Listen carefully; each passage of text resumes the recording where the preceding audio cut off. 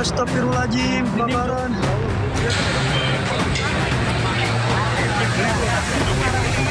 Di satu tahun berbeda titik dan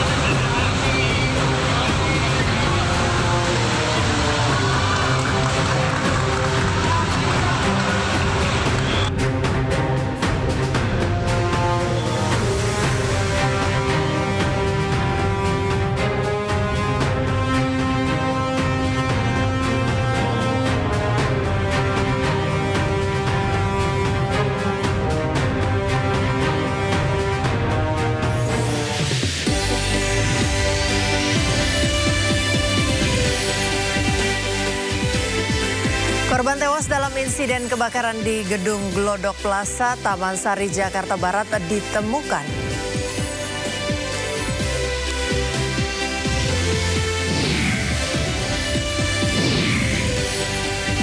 Usulan pendanaan anggaran program makan bergizi gratis dari dana zakat menuai polemik.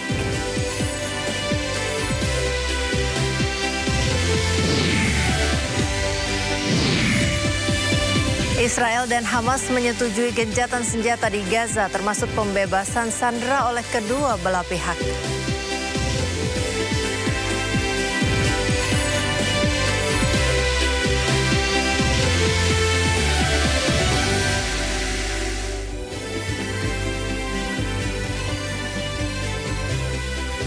Halo pemirsa, sedikitnya 5 orang hilang dan menjadi korban kebakaran di Gedung Glodok Plaza masih dalam pencarian petugas. Bersama saya Priska Papilaya, Anda menyaksikan Sindo Sore. Pemirsa, korban tewas dalam insiden kebakaran di Gedung Glodok Plaza, Taman Sari, Jakarta Barat ditemukan. Petugas mengevakuasi jasad dari lokasi kebakaran di Glodok Plaza. Belum diketahui identitas korban. Jasad korban ditemukan di lantai 8. Hingga pukul 3 sore tadi, petugas menerima laporan orang hilang 7 orang.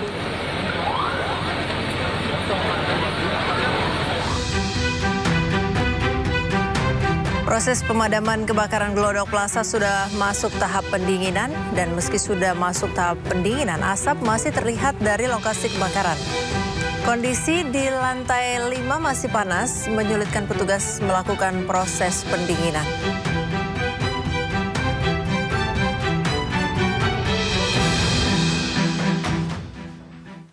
Sebelumnya kebakaran yang menghanguskan 4 lantai Gedung Glodok Plaza, Jakarta Barat berhasil dipadamkan pada Kamis pagi. Pihak pemadam kebakaran Provinsi Jakarta menerjunkan setidaknya 36 unit mobil pemadam dan 180 personel dalam upaya memadamkan api yang membakar sebagian Gedung Glodok Plaza, Jakarta Barat.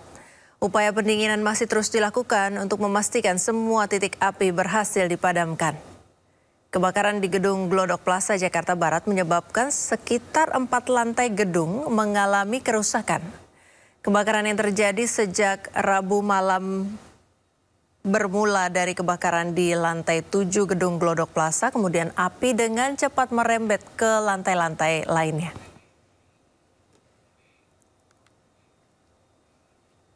Petugas pemadam kebakaran berhasil melokalisir perambatan api di Gedung Plaza Glodok setelah lebih dari 7 jam berjibaku memadamkan api.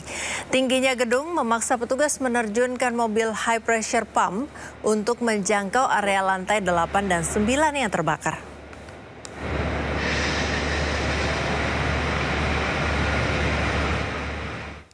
Pemirsa, kebakaran Glodok Plaza berimbas pada sejumlah perkantoran, toko, dan bank di sekitarnya. Sejumlah kantor dan toko tutup dan karyawan tidak bekerja. Imbas kebakaran, sejumlah karyawan tidak bisa bekerja karena tempatnya bekerja berada di dekat lokasi kebakaran. Selain perkantoran, toko elektronik serta bank ikut tutup. Namun para karyawan masih menunggu di lokasi, menunggu akses tempat bekerja mereka dibuka.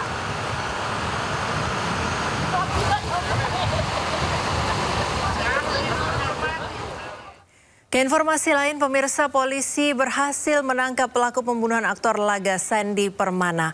Pelaku ternyata merupakan tetangga korban.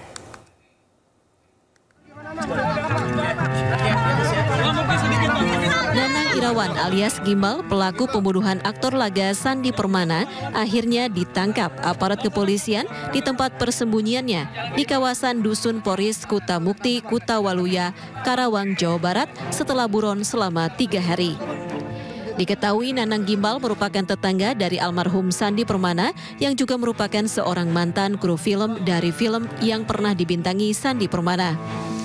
Diduga Nanang Gimbal tersinggung dengan perkataan korban, di mana saat itu Nanang Gimbal sedang menebang pohon di depan rumahnya. Seketika itu korban yang tengah mengendarai sepeda listrik tiba-tiba dihampiri pelaku yang membawa senjata tajam. Pelaku kemudian menghujani korban dengan beberapa kali tikaman hingga korban tersungkur dan meninggal dunia. Di mata tetangga, Nanang Gimbal merupakan sosok yang tertutup dan tidak bergaul dengan warga sekitar. Setelah membunuh korban, Nanang Gimbal melarikan diri. Ada 2 hal yang dilakukan Nanang Gimbal demi lolos dari kejaran polisi. Hal ini bahkan digunakannya untuk mengelabui polisi sehingga ia bisa lolos dari hukuman bui. Cara pertama yang dilakukan Nanang Gimbal ialah dengan mencukur rambutnya sendiri berbekal gunting yang dipinjamnya dari sebuah warung. Penampilan Gimbalnya pun kini berubah drastis. Yang kedua, usai membunuh Sandy Permana, Nanang Gimbal lebih dulu menghilangkan barang bukti sebuah pisau yang digunakan untuk menghabisi nyawa Sandy Permana di selokan yang letaknya tak jauh dari tempat kejadian perkara. Pasca dilakukan penangkapan, pelaku pembunuhan terhadap Sandy Permana tiba di Polda Metro Jaya pada Rabu siang. Saat tiba di Polda Metro Jaya, pelaku dikawal ketat penyidik Resmo Polda Metro Jaya bersama Satreskrim Polres Metro Kabupaten Bekasi, Jawa Barat.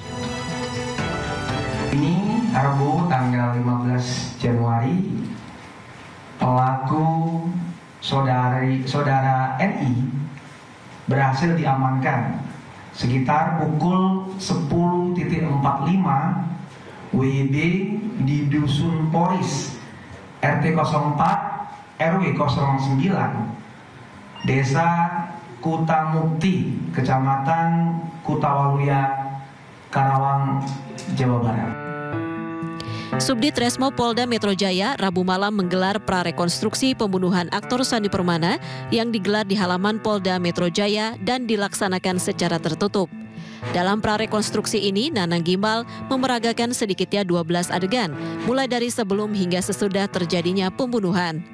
Dalam prarekonstruksi ini terlihat pelaku menggunakan baju tahanan berwarna orange, sementara korban menggunakan peran pengganti. Sebelumnya diketahui Sandy Permana ditemukan tewas bersimbah darah di dekat rumahnya di perumahan Cibarusah Jaya, Kabupaten Bekasi.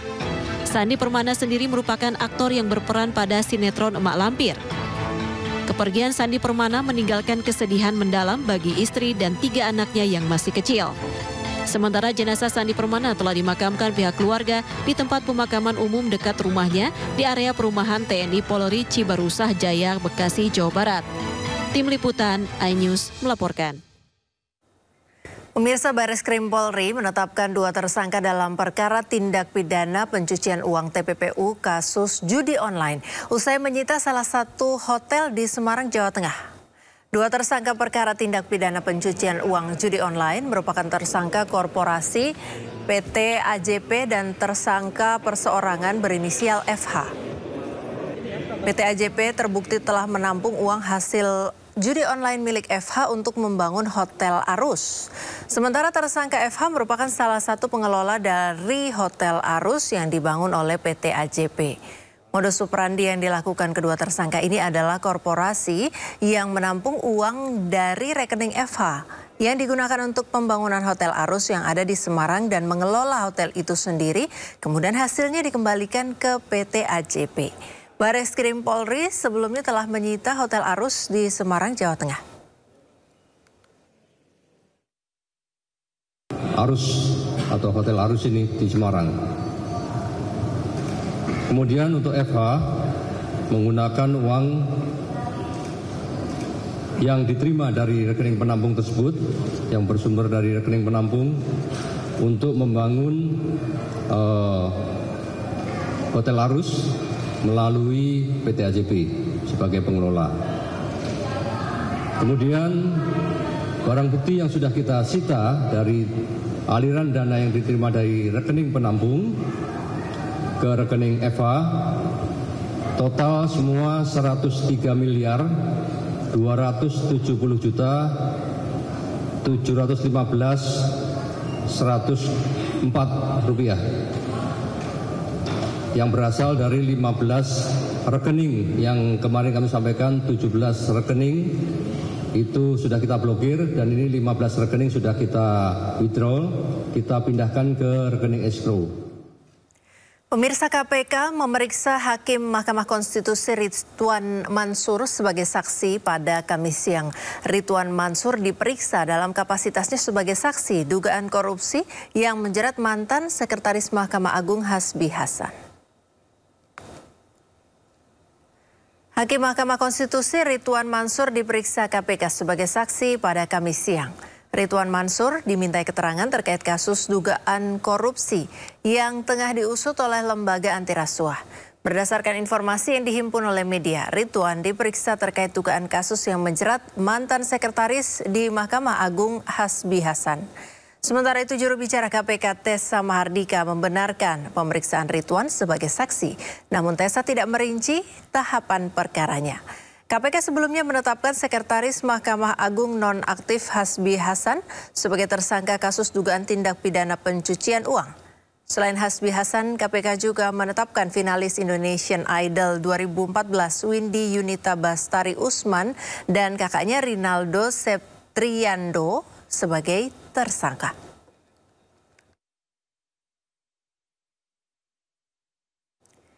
Kita kembali ke informasi mengenai kebakaran Glodok. Pemirsa, korban tewas dalam insiden kebakaran di gedung Glodok Plaza Taman Sari, Jakarta Barat ditemukan.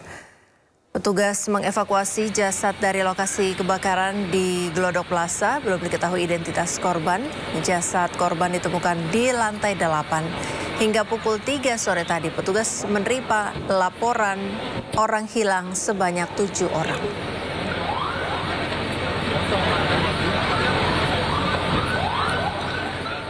Untuk mengetahui bagaimana situasi terkini di lokasi kebakaran gedung Glodok Plaza, Jakarta Barat, kami sudah terhubung dengan rekan Indra Setiabudi yang berada di lokasi. Selamat sore, Indra. Indra, apa informasi terbaru mengenai ditemukannya satu orang yang sempat dinyatakan hilang dalam kebakaran? Bisa Anda sampaikan? Ya, selamat sore Prisa dan juga pemirsa. Dapat kami informasikan secara langsung dari Glodok. Plaza Glodok di Jakarta Barat pada sore hari ini masih terpantau ramai, yang mana damkar masih standby dikarenakan memang masih proses pendinginan, Prisa. Dan dapat kami informasikan juga update hingga sore hari ini, Priska dan juga pemirsa, bahwasanya sebanyak 8 orang dinyatakan hilang oleh sanak keluarganya, yang mana para 8 orang ini diduga masih berada di lantai atas di Glodok Plaza, Jakarta Barat pada hari ini. Dan tadi pada pukul 3 waktu Indonesia Barat, bahwasanya pihak damkar berhasil menemukan maupun juga mengevakuasi satu korban, dan mana ini pihak damkar ini berhasil menemukan salah satu korban ini di lantai 8 di Plaza Glodok, Jakarta Barat pada siang hari tadi. Namun kita belum bisa menanyakan ataupun terkait jenis kelamin, Prisa dan juga pemirsa, yang mana kondisi jenazah ini sudah tidak utuh lagi dikarenakan sudah terpisah-pisah begitu, Prisa, dapat kami informasikan. Dan Saat ini nantinya salah satu korban ini sudah dievakuasi dan sudah diberangkatkan ke Rumah Sakit RS Polri Kramat Jati, Jakarta Timur untuk dilakukan proses identifikasi lanjutan terkait jenis kelamin maupun juga identitas dari korban ini sendiri. Dan sampai saat ini masih ada 7 korban lagi yang dinyatakan masih berada di lantai 7, 8, 9 di Plaza Glodok, Jakarta Barat hingga sampai saat ini. Dan kami juga masih menunggu hingga saat ini saya sudah berada di depan lobi di Glodok Plaza Jakarta Barat. Ini kami menunggu dikarenakan kami dikonfirmasi pihak pemadam kebakaran. Kami akan tunjukkan Prisa dan juga pemirsa situasi terkini bahwasanya pihak pemadam kebakaran berhasil menemukan dan mengevakuasi, dan kalau kita bisa terkait jumlah ini kita dikonfirmasi sebanyak 2 korban berhasil ditemukan, dan saat ini kami menunggu di lobi untuk proses evakuasi dan dibawa ke ambulan begitu. Dan kalau kita bisa informasikan juga bahwasanya kedua korban ini juga kami bisa pastikan ataupun dinyatakan sudah meninggal dunia. Dan kami akan detik-detik media menanti proses penurunan jenazah korban yang terjebak di lantai antara di lantai 8, 7 maupun juga 9 di Plaza Glodok, Jakarta Barat.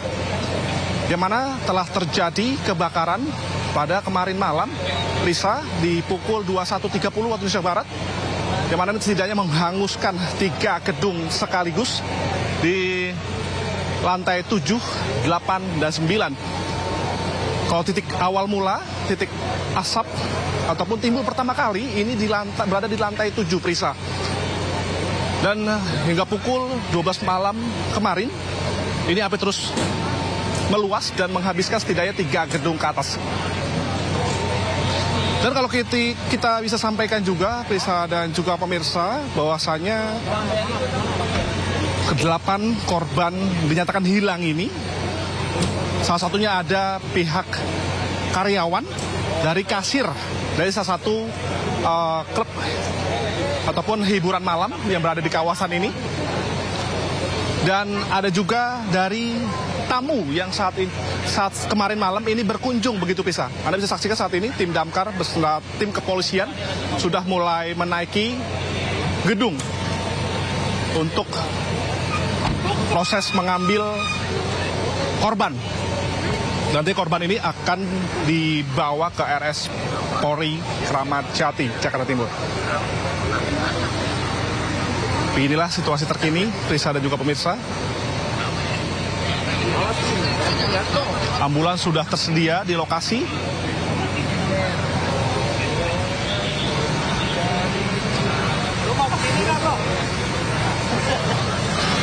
Dan memang, Prisa, kalau kita bisa informasikan kembali terkait identifikasi ataupun terkait proses evakuasi ini, pihak pemadam kebakaran ini mengalami kesulitan yang cukup signifikan begitu ya, dikarenakan posisi ataupun kondisi gedung yang sudah terbakar ini rapuh, sehingga pihak dari pemadam kebakaran sendiri ini mengalami kesulitan yang cukup signifikan dikarenakan sudah rapuh. Dan sebelumnya juga ditemukan yang korban pertama ini di tertiban puing-puing bangunan di lantai 8 di Plaza Glodok, Jakarta Barat.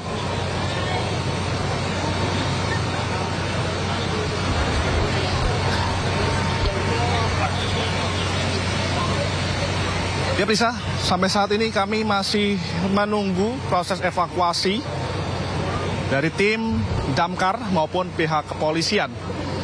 Nanti kami akan update kembali, Prisa. Demikian.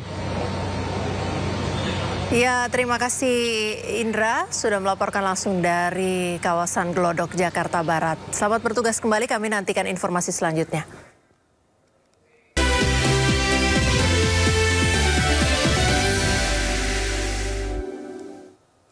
Pemirsa, Ketua Dewan Perwakilan Daerah RI Sultan Najamuddin mengusulkan agar pemerintah membuka kesempatan pembiayaan program makan bergizi gratis kepada masyarakat melalui zakat infak dan sedekah atau ZIS. Sebelumnya, Menteri Perdagangan Zulkifli Hasan mengatakan anggaran 71 triliun hanya sampai Juni 2025 dan belum mampu mencakup seluruh anak Indonesia. Usulan pembiayaan makan bergizi gratis melalui zakat ini disampaikan Ketua DPD Sultan Najamuddin pasca rapat paripurna pembukaan masa sidang ketiga. Menurutnya, pemerintah membutuhkan dukungan pembiayaan yang lebih dalam mensukseskan program ini. Sehingga partisipasi dan dukungan pembiayaan dari masyarakat jadi opsi yang perlu disiapkan pemerintah. Misalnya skema pengumpulan dana hibah, zakat infak, dan sedekah dengan akuntabel dan transparan.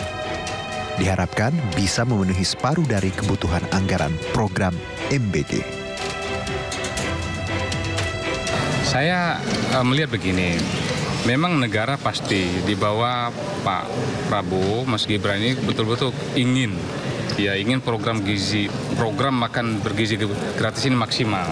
Hanya saja kan kita tahu semua bahwa anggaran kita juga tentu tidak akan semua dipakai untuk makan gizi gratis. Saya sih melihat ada DNA dari negara kita, DNA dari masyarakat Indonesia itu kan dermawan, gotong royong. Nah, kenapa enggak ini justru kita manfaatkan juga? Contoh, ya, bagaimana kita menstimulus agar masyarakat umum pun terlibat di program makan gizi gratis ini. Di antaranya adalah, saya kemarin juga berpikir, kenapa enggak ya, zakat kita yang luar biasa besarnya juga, kita mau libatkan ke sana. Itu salah satu contoh. Sehingga pemerintah tidak bekerja sendiri dengan anggaran yang ada. Kepala Staf Kepresidenan AM Putranto menegaskan pemerintah sudah menyiapkan anggaran sendiri untuk program makan bergizi gratis sehingga tidak perlu mengambil anggaran dari pos lain, apalagi dari dana zakat seperti yang diusulkan Ketua DPD Sultan Najamuddin. Itu yang nggak kan gunanya zakat itu bukan untuk itu, karena Presiden sudah berniat baik dengan tulus untuk memberikan terbaik untuk bangsa Indonesia kepada siswa-siswa, pondok pesantren, ibu hamil untuk menyelenggarakan, dan beliau sudah anggarkan sejumlah 71 triliun itu. Jadi tidak mengambil ke dana yang lain-lain. Beliau sudah betul-betul luar biasa. Jadi tidak ada yang bilang ngambil dari mana tadi? Zakat apa? Wah, itu sangat memalukan itu ya. Bukan seperti itu kami. Ketua Dewan Perwakilan Daerah RI Sultan Najamuddin mengusulkan agar pembiayaan program makan bergizi gratis menggunakan dana zakat sebab anggaran dari negara belum menutupi total anggaran yang dibutuhkan makan bergizi gratis. Namun usulan tersebut ternyata menuai polemik. Bolehkah dana zakat digunakan untuk membiayai makan bergizi gratis? Untuk membahas ini sudah bersama kami Wakil Ketua Umum MUI Anwar Abbas. Selamat sore Bapak. Selamat sore, Assalamualaikum warahmatullahi wabarakatuh. Waalaikumsalam. Bapak bagaimana melihat wacana ini? Makan bergizi gratis, sumber dananya dari dana zakat, memungkinkankah? Kalau zakat itu pengalokasiannya sudah disebut di dalam Al-Quran untuk 8 asnaf ya. Yaitu fakir, miskin, mu'alaf, kemudian amil, gharim, orang ingin merdekakan budak, kemudian ilmu sabil, fisabilillah. Jadi kalau seandainya makanan bergizi ini dikaitkan dengan zakat ya, mungkin ya, cuma yang diberi makan itu adalah anak-anak dari kelompok orang-orang fakir, orang miskin ya. Tapi tidak bisa diberikan kepada anak-anak dari orang-orang yang berada. Jadi oleh karena itu kalau seandainya pemerintah bisa memperuntukkan kepada anak-anak orang fakir dan miskin, saya rasa tidak masalah ya. Cuma ya benar-benar harus untuk anak-anak orang fakir miskin, jangan untuk anak-anak orang yang kaya dan berada gitu. Nah ini akan bisa apa tidak gitu ya. Tapi kalau seandainya diambil dari dana infak sedekah, nah itu agak mungkin ya, karena infak sedekah pengalokasinya tidak terlalu sejelas dana zakat gitu ya. Dana zakat itu hanya ada 8 asnaf, 8 kategori kelompok manusia yang bisa menerimanya. Tapi kalau infak dan sedekah tidak disebutkan dalam Al-Quran dan As-Sunnah. Jadi ada peluang bagi pemerintah untuk memanfaatkan dana infak dan sedekah. Tapi begini juga, biasanya orang-orang yang mengeluarkan infak dan sedekah itu, dia punya maksud juga itu. Dia infakkan dan disedekahkan untuk siapa gitu kan. Kalau maksudnya adalah untuk orang fakir dan miskin, ya untuk orang fakir dan miskin gitu. Tapi ada juga bentuk-bentuk lain, yang misalkan hibah, hadiah gitu ya. Kalau seandainya dari konsep hibah, ada warga masyarakat yang kaya, kemudian dia memberikan hadiah ya kepada anak-anak sekolah, dia bisa. Atau ada orang yang punya kekuatan finansial, lalu dia menghibahkan hartanya untuk kepentingan mendukung program makan bergizi gratis, ya itu bisa juga ya. Besar gitu. Baik, kalau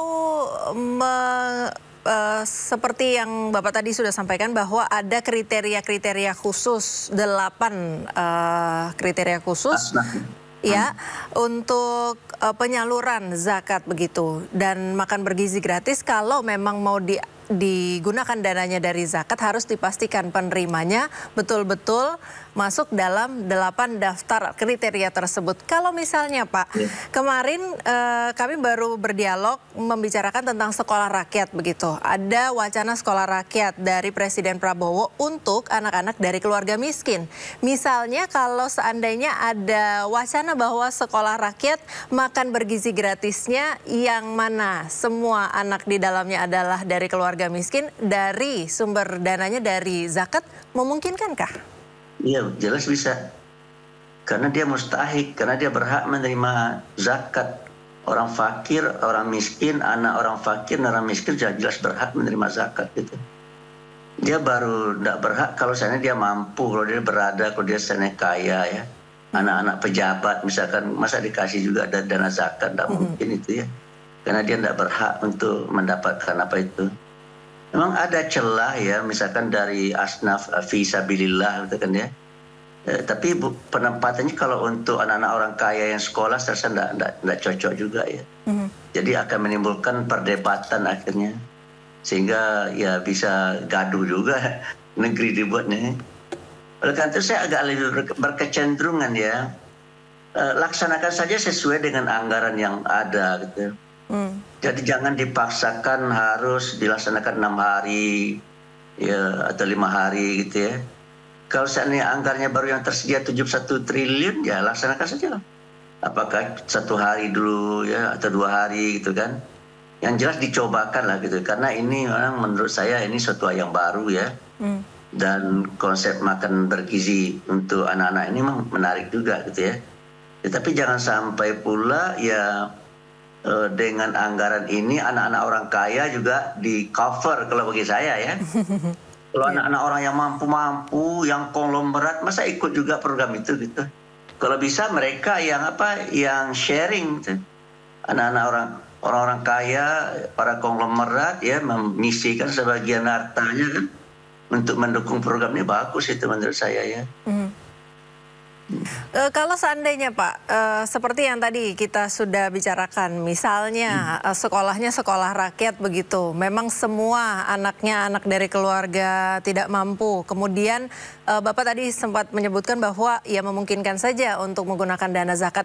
Kalau seandainya misalnya itu terjadi, bagaimana kira-kira pengawasannya Pak? Ya kalau saya belum tahu saya bagaimana pengawasannya. Biasanya itu kan Basnas dengan las-las yang ada ya. Cuma pertanyaannya adalah di Basnas sudah ada nggak program untuk itu gitu kan? Kalau belum ada ya berarti harus pemerintah membicarakannya dengan Basnas dan las-las yang ada. Bagaimana caranya supaya ya bisa dialokasikan untuk itu. Cuma ya menurut saya kalau diambil dari zakat ya pertanyaannya adalah apakah pemerintah betul-betul bisa menyalurkan dana zakat yang ada itu untuk memberi makan anak-anak orang fakir, orang miskin gitu. Jangan sampai nanti dalam implementasinya dana zakat itu dipergunakan untuk memberi makan anak-anak orang kaya-kaya, itu tidak bisa itu. Itu bermasalah jadinya ya. Masalah gitu. Baik, Kita tahan dulu Bapak, kita akan lanjutkan dialog setelah informasi yang satu ini. Presiden Prabowo Subianto menegaskan siap mengerahkan alokasi dana dan sumber daya demi menyukseskan program makan bergizi gratis di 26 provinsi di Indonesia. Kita simak pernyataan Presiden Prabowo. Saya masih mendengar beberapa tokoh meragukan kemampuan kita untuk melaksanakan itu.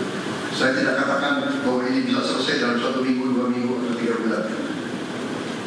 Tidak ada di antara kita yang punya tongkat Nabi Sulaiman. Tapi kita bisa berhitung, kita bisa mengelola, kita bisa alokasi dana, kita bisa kerahkan sumber daya. Dan kita akan mencapai target yang kita tentukan. Saya pun yakin, saya pertaruhkan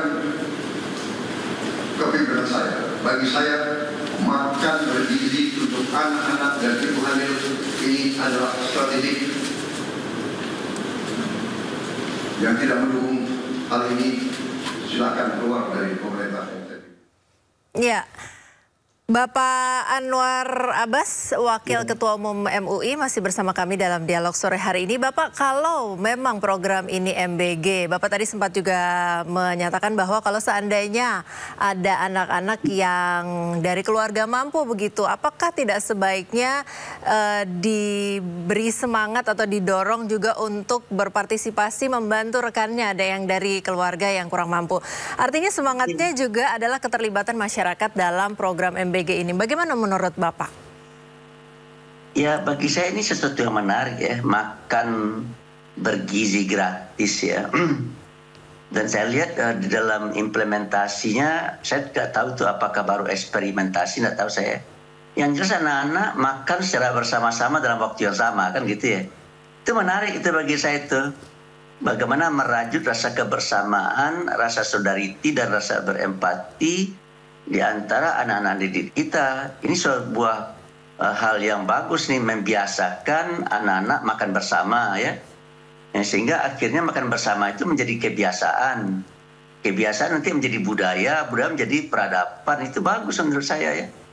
So pertanyaannya adalah apakah negara harus menjamin ya makanan anak-anak orang kaya, anak-anak para konglomerat? Ya kalau menurut saya nggak perlulah negara mengalokasikan dana dan anggaran untuk memberi makan anak-anak orang kaya gitu. Yang penting yang harus diberi makan oleh negara itu adalah seperti yang diamanatkan oleh pasal 34. Di pasal 34 dinyatakan fakir miskin anak terlantar dipelihara oleh negara.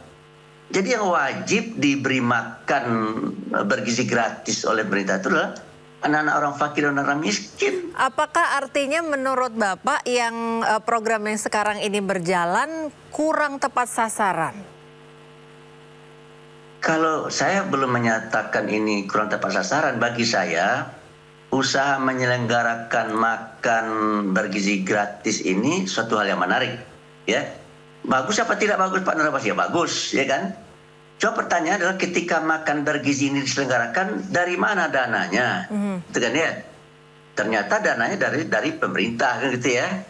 Timbul lagi pertanyaan pada diri saya, apakah dana pemerintah cukup atau tidak? Ya tidak cukup kan begitu ya.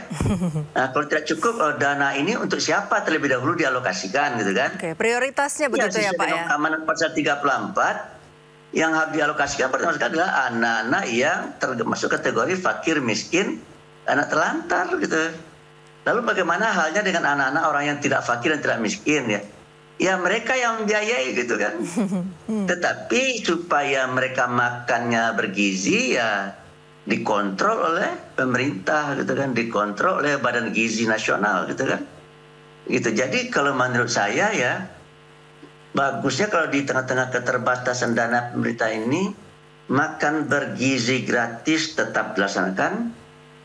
Tetapi yang ditanggung biayanya oleh negara adalah untuk makan anak-anak yang fakir dan miskin. Sementara untuk anak-anak yang tidak fakir dan tidak miskin ya, itu ditanggung biayanya oleh orang tua mereka, gitu kan? Sehingga akhirnya beban APBN yang terpikul akibat dari program makan bergizi ini tidak terlalu besar menurut saya. Untuk apa pemerintah juga mengalokasikan dananya untuk memberi makan anak para konglomerat, untuk memberi makan anak orang-orang kaya yang mereka itu mampu, bahkan sangat bisa berbagi mampu, ya gitu Pak ya? Bahkan bisa berbagi. Ya, mengapa kok akhirnya pemerintah dibuat sibuk oleh anak-anak orang kaya, anak-anak orang yang kaya gitu kan? Kalau menurut saya pemerintah jangan sibuk memikirkan makan dari anak-anak orang kaya. Tapi pemerintah menurut saya harus sibuk memikirkan makan dari anak-anak yang fakir dan miskin, tuh penting itu.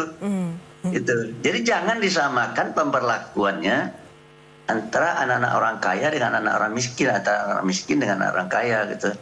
Timbul lagi masalahnya dari pembiayaan.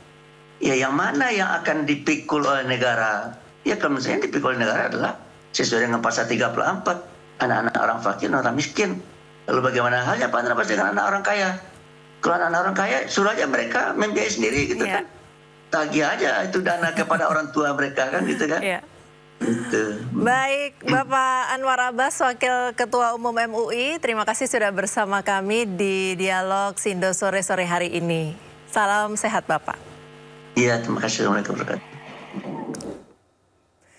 Pemirsa, kami akan kembali dengan informasi menarik lain. Tetaplah bersama kami di Sindo Sore.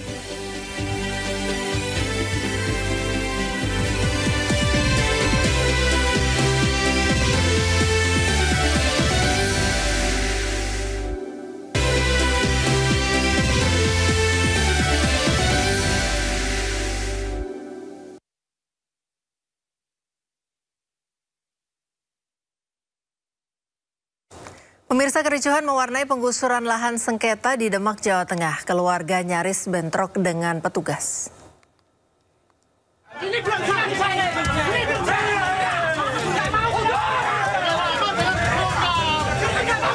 Penggusuran lahan sengketa di Desa Rejosari, Demak, Jawa Tengah ini berlangsung ricuh. Keluarga termohon terus berupaya menghalangi penggusuran hingga nyaris bentrok dengan petugas. Petugas pun terpaksa membawa satu persatu keluarga termohon keluar dari lokasi.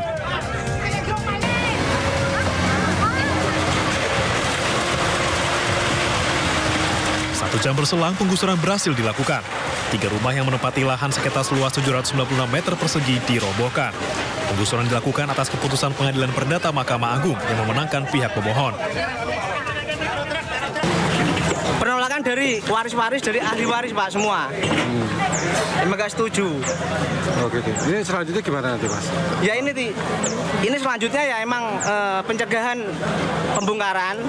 Terus kalau bisa ditinjau ulang masalah yang dahulu Pak. Jadi tahapannya sudah selesai semua. Tinggal eksekusi ini Pak. Ya, jadi tahapannya sudah selesai semua.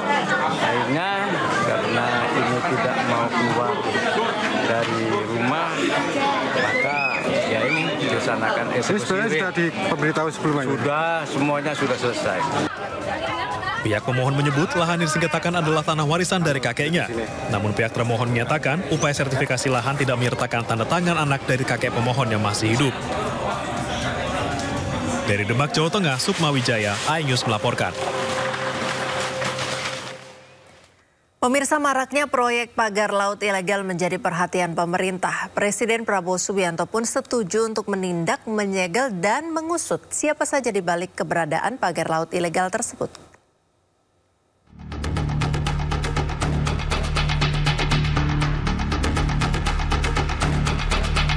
Pagar laut ilegal kembali ditemukan di Bekasi, Jawa Barat.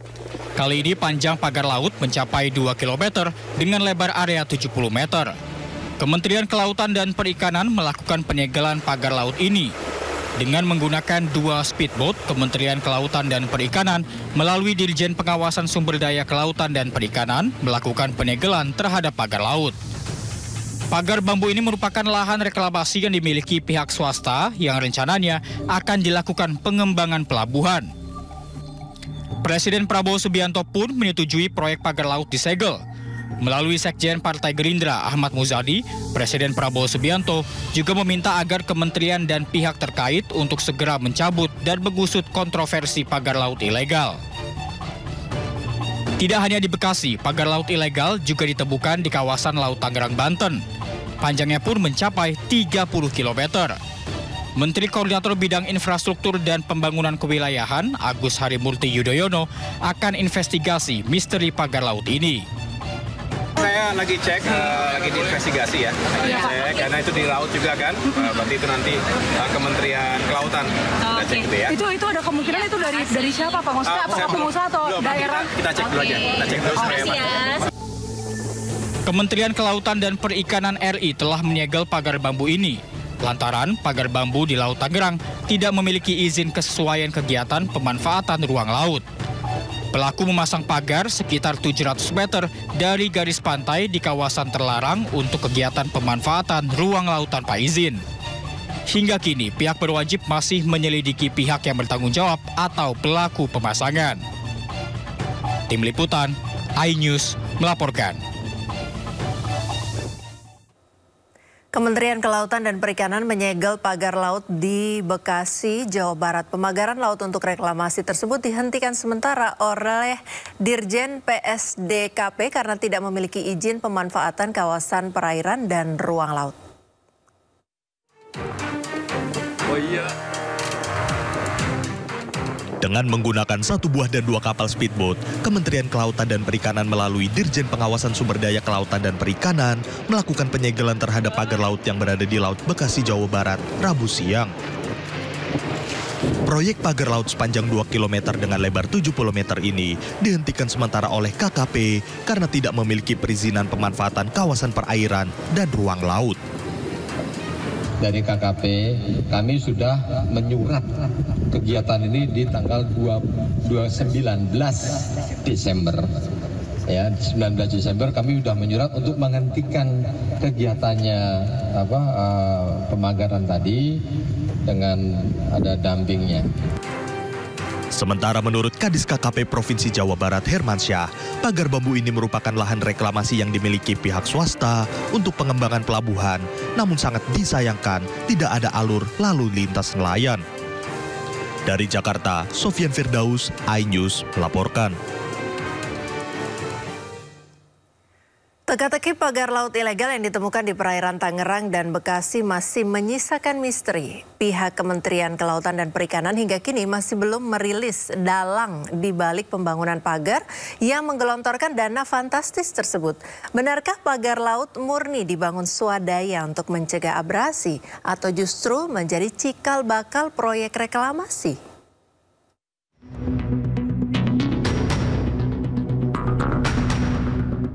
Belum tuntas pengungkapan dalam pemasangan pagar laut sepanjang 30 km di perairan Tangerang, Banten, kini muncul pagar serupa di kawasan Laut Tarumajaya, Bekasi, Jawa Barat.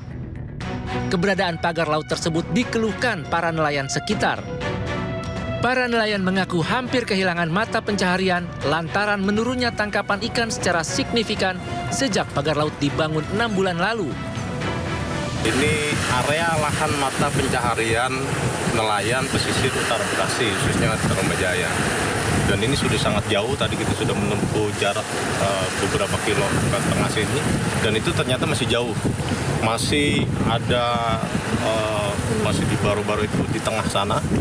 Dan ini sangat merugikan nelayan yang ada di Tarumajaya khususnya dan Bebelan yang ada di utara Bekasi. Karena ya mereka sudah kesulitan. Sementara itu pihak UPDT Pelabuhan Perikanan Muara Ciasem Dinas Kelautan dan Perikanan Provinsi Jawa Barat membantah pagar bambu yang terbentang 2 km di Laut Tarumajaya merupakan pagar misterius. Dijelaskan, pagar bambu tersebut merupakan pagar kerjasama Dinas Kelautan dan Perikanan Provinsi Jawa Barat dengan pihak swasta. Pagar dibangun sebagai pembatas wilayah antara 2 perusahaan swasta sekaligus sebagai alur pelabuhan yang rencananya akan dibangun.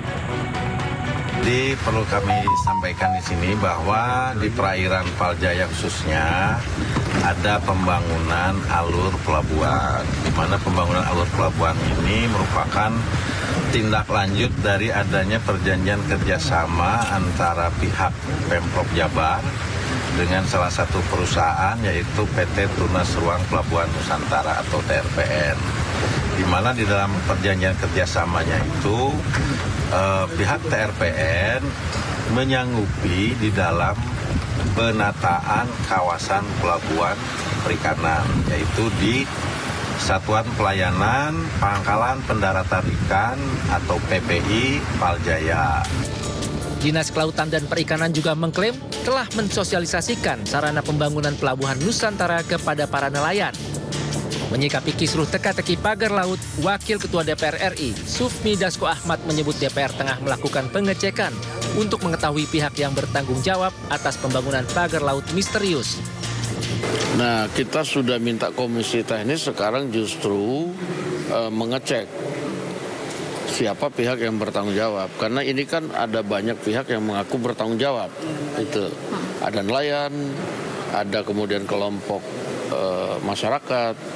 Nah, sehingga kalau tadi mau dipanggil kita takut salah panggil. Nah, sehingga sekarang ini langkah yang dilakukan adalah melakukan pengecekan kepada berbagai pihak termasuk aparat penegak hukum untuk kemudian kita ingin tahu siapa yang ada di balik itu. Nah, kalau nanti sesudah masa sidang itu mungkin kita akan kirim komisi teknis untuk turun ke lapangan. Dasko juga menegaskan DPR akan memproses sampai ke aparat penegak hukum. Permasalahan pagar laut ilegal puluhan kilometer juga menyita perhatian Badan Keamanan Laut Republik Indonesia, Bakamla. Pihak Bakamla meyakini pengusutan pembangunan pagar laut dapat diselesaikan oleh Kementerian Kelautan dan Perikanan tanpa melibatkan kementerian dan lembaga lain. Kepala Bakamla menyebut pihaknya tidak memiliki kewenangan dalam undang-undang untuk ikut membantu Kementerian Kelautan dan Perikanan guna menuntaskan permasalahan pagar laut tersebut. Mudah-mudahan ini ada titik terang lah. Memang harusnya berprinsip, yang perlu dibangun dulu itu nelayannya. Masyarakat pesisirnya dulu mau bangun apa terserah deh. Ya, itu yang kalau saya pribadi berprinsip seperti itu. Dan sudah saya suarakan kemana-mana itu. Bereskan dulu masyarakatnya. Sepanjang 30,16 km yang ada di perairan Kabupaten Tangerang, Banten. Meski demikian, pagar misterius di laut utara Kabupaten Tangerang, Banten masih membentang di perairan. Para nelayan menganggap keberadaan pagar laut mengganggu proses pencarian ikan. Mereka mengancam akan membongkar paksa pagar laut jika pemerintah tidak segera melakukan pembongkaran. Ya, kalau memang tidak ada tindakan, ya mungkin ya kami wajib turun tangan ya. Para nelayan akan bertindak sendiri. Kami berharap kepada instansi terkait atau dari Kementerian KKP agar segera ya menyikapinya, jangan sampai berlarut-larut. Pengusutan dalang pagar laut misterius ini tengah didalami Kementerian Kelautan dan Perikanan. Diharapkan tidak ada kambing hitam dalam pengungkapan dalang pembangunan pagar laut yang diprediksi menggelontorkan dana fantastis. Pemerintah berencana menerapkan cukai minuman berpemanis dalam kemasan. Penerimaan negara dari cukai baru ini ditaksir bisa mencapai 3,8 triliun rupiah. Namun apakah alasan mengenai pengenaan cukai minuman berpemanis semata-mata untuk menambah penerimaan negara?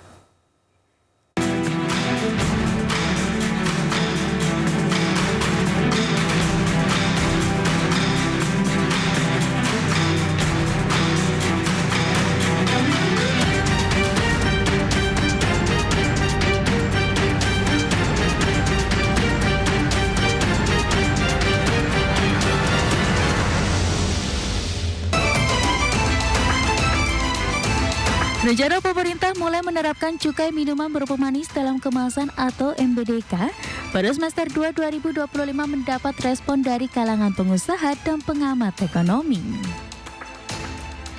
Kasubdit Tarif Cukai dan Harga Dasar Ditjen Bea dan Cukai Kementerian Keuangan, Akbar Harfianto menjelaskan tujuan utama pengenaan cukai MBDK ialah untuk mengendalikan konsumsi gula tambahan pada masyarakat.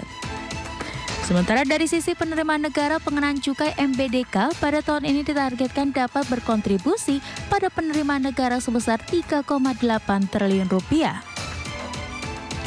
Pengusaha menilai harus ada konsolidasi dan mitigasi dampak dari penerapan kebijakan ini, sehingga pemerintah diharapkan tidak terburu-buru dalam penerapannya. Adapun pengamat menilai potensi penerimaan negara tidak signifikan sehingga dimungkinkan mencari formulasi lain agar tidak menggerus daya beli masyarakat yang sudah lemah dan dampak negatif lainnya. Hal itu diungkapkan Roy Mande, Chairman Affiliation Global Retail Association, dan Rizal Taufikur Rahman, Kepala Pusat Makroekonomi dan Keuangan Indef dalam program Market Review Rabu 13 Januari 2025.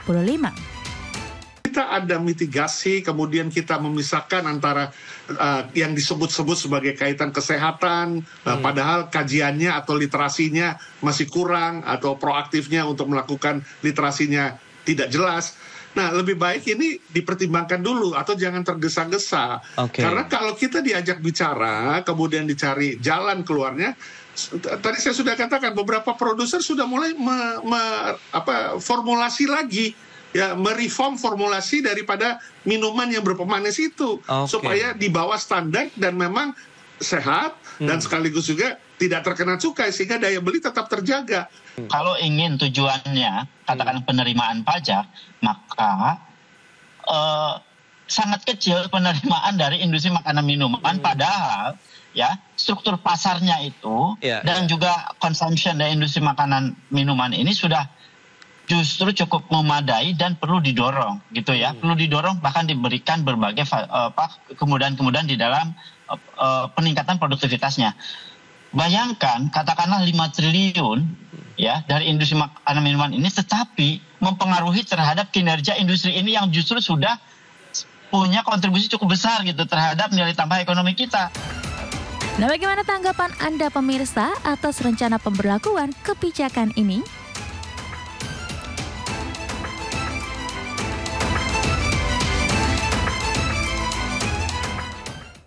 Langkah mewujudkan 3 juta unit rumah murah untuk masyarakat diprediksi berjalan mulus. Pasalnya keluarga kerajaan Qatar dan pemerintah Qatar secara resmi berkomitmen untuk membangun rumah murah sebanyak 6 juta unit hunian.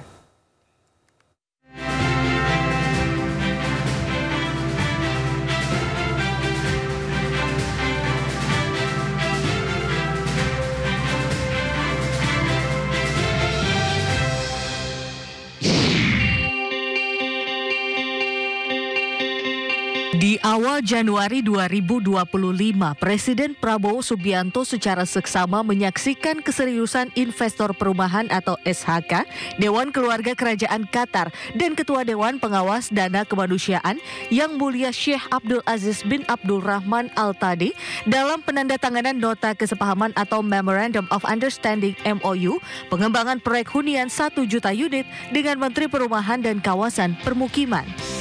Komitmen Qatar ini merupakan hasil kerjasama antar pemerintah yang melibatkan kementerian dan lembaga yang menegaskan bahwa secara resmi program prioritas penyediaan 3 juta rumah masyarakat berpenghasilan rendah atau MBR pemerintahan Kabinet Merah Putih dijalankan. Komitmen, janji, dan investasi penyediaan 1 juta unit rumah kerajaan Qatar ini sekaligus untuk mempercepat penyediaan hunian bagi masyarakat menengah ke bawah. Akan mempersiapkan berbagai kemudahan yang sesuai aturan sehingga investor akan makin tertarik untuk membangun. Jadi ini negara dengan negara, kami diminta untuk bekerja cepat, menyiapkan lahan-lahannya, disurvei, ini aturannya, dan ini targetnya adalah untuk masyarakat Indonesia menengah bawah. Selain itu, sejak digulirkannya program 3 juta rumah MBR, terdapat banyak investor di bidang perumahan yang tertarik untuk berinvestasi di Indonesia. Menteri Investasi dan Hilirisasi atau Kepala Badan Koordinasi Penanaman Modal atau BKPM Rosan Roslani memastikan bahwa pemerintah akan memberikan kemudahan perizinan dan juga exit permit bagi investor asing yang masuk. Kita akan akselerasi dan ekspedisi sesuai dengan aturan yang ada, dan memang investasi yang masuk ini di saat bersamaan mereka juga menyediakan financingnya. Jadi tanahnya dari pemerintah, pekerjaan kontraktornya dan juga isinya beserta financingnya dari Qatar.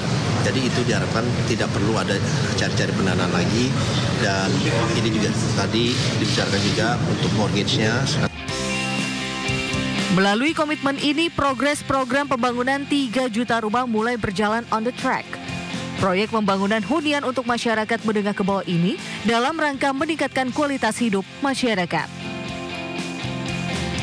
as investor, and my group is coming to invest in Indonesia and in social housing for the people. So we're going to work on that very professionally with all my group behind me. So I hope with the support of the president and all the people here.